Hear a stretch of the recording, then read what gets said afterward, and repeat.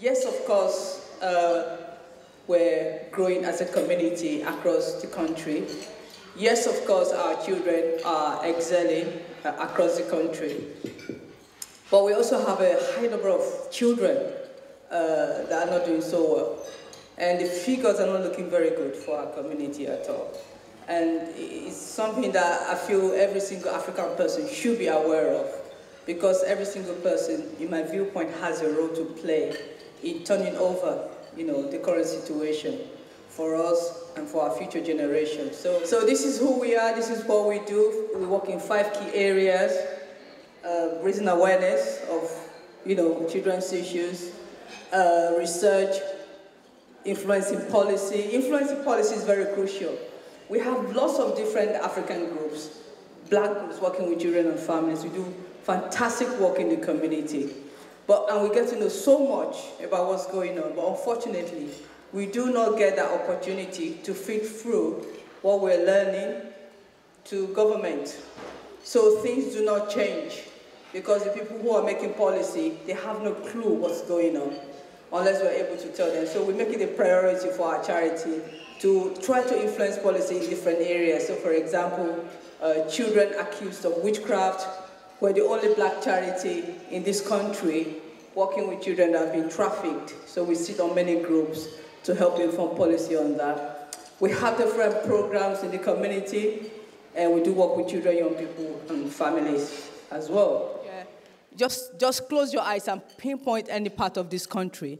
Our children, they have the least number of children in terms of the school population, but they're disproportionately represented in the child protection system for many reasons. So we're looking at, the key reason is around physical chastisement. Physical chastisement, i.e. beating children. That's the main reason our children are in care. I'm a Nigerian, I'm Yoruba, I know what I'm talking about. The solution to every single problem is beating. And because of that, our children are overrepresented in the child care system, in the child protection system. Yeah. At the top there, on the left, 62% of children are in the care system because of abuse and neglect. And that's physical abuse, like I said. And child neglect. Child neglect around, you've been very naughty, no dinner. Or leaving children home alone because there is a party. I hope there's nobody here tonight who's left their children alone at home to be here tonight. Yeah, it's a huge problem in our community, though. A lot of children are being removed for that reason. African time is why you pick up your child at school, from school at 4 p.m. instead of 3:30. Yeah, you do it on Monday, you do it on Tuesday, you do it on Wednesday. By Thursday, the school, they're saying there's something wrong with this family. And there's a lot of that happening, African time. Branding children as witches. That's all over Africa. We have it in Nigeria. I know that you have it in Cameroon, in other parts of, Victoria Klimbia. Who knows the Victoria Klimbia story? Anybody? Why she was trafficked, effectively, for benefits. It didn't work out, so they thought she was a witch. The only reason why this is happening is because you're a witch, and she was tortured to death in this country. There's also Chrissy Bamu, Congolese boy, French Congolese boy, tortured to death because somebody thought he was a witch. Terrible issues. A lot of our children are involved. A lot of our churches are complicit in this. We know that. And we've been lobbying the government here. Actually, we've been doing a lot of work to say, look, because it doesn't happen often. We don't get a lot of it. But when it does happen, it can be, the consequences can be absolutely devastating for children. Yeah, absolutely. So that there has to be a law. There has to be a law to make it illegal to call children witches. Look at the figures here as well. 71% of children in custody. So custody, i.e. in prison, or child, offending institutions, 71% of those children, 71% of those children have been in care. There's a direct link between our children going into the care system and ending up in the in the criminal justice system. A very straight link. This is the bit that really gets me angry, the high cost of keeping children in care. These figures, I mean, Connie, you're a social worker. Where are you? This is correct, isn't it? £3,000 a week to look after a child in care. £3,000 a week.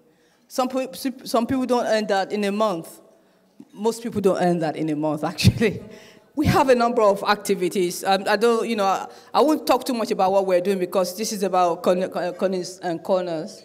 But I just want to highlight the different areas where we might be able to work together. So we have a national anti-trafficking project. We work with young girls that have been trafficked. To be sincere, and this is not, it wasn't planned in any way, it's just because of the figures. Most of the young people we work with have been trafficked from Nigeria, mainly for domestic slavery, but also for sexual exploitation. Supporting families who are in the child protection system, helping them, training them to gain new skills so that they can be better parents and their children can return home to them. We do that work in London and Manchester. We run training courses for practitioners nationally. And we also do research. Like I said before, there's so much going on in our community. If we're not able to package all that information in a very coherent manner and use it for policymakers to be able to make decisions, we're not going to see a lot of changes happen. Our Children's Champions Project, so far we've recruited over 100 Africans, just like you, people in the community, professionals, 2 days training on child protection, intensive training. And their role is to go into their community. It could be their church, their mosque, their community group. They could even do a house party and train 25 other people. And the idea is that the more of us that are aware of child protection, the less children will be removed from our families.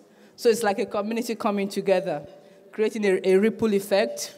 Be more vigilant, please, as a community. It's essential. Everybody has a role to play in the safeguarding of our children. It doesn't have to be your own child. It doesn't even have to be an African child. Any child that you know that is at risk of abuse and harm, you have an obligation to help to protect that child from abuse and harm. You must report it. If you're afraid of reporting, you must tell Connie. If you can't tell her, you can tell us at AFRUCA. You must tell somebody. You have to report it. If anything happens to that child, I mean, it's something you have to live with for the rest of your life, in short. So thank you very much. I think that's it. Yeah, thanks a lot.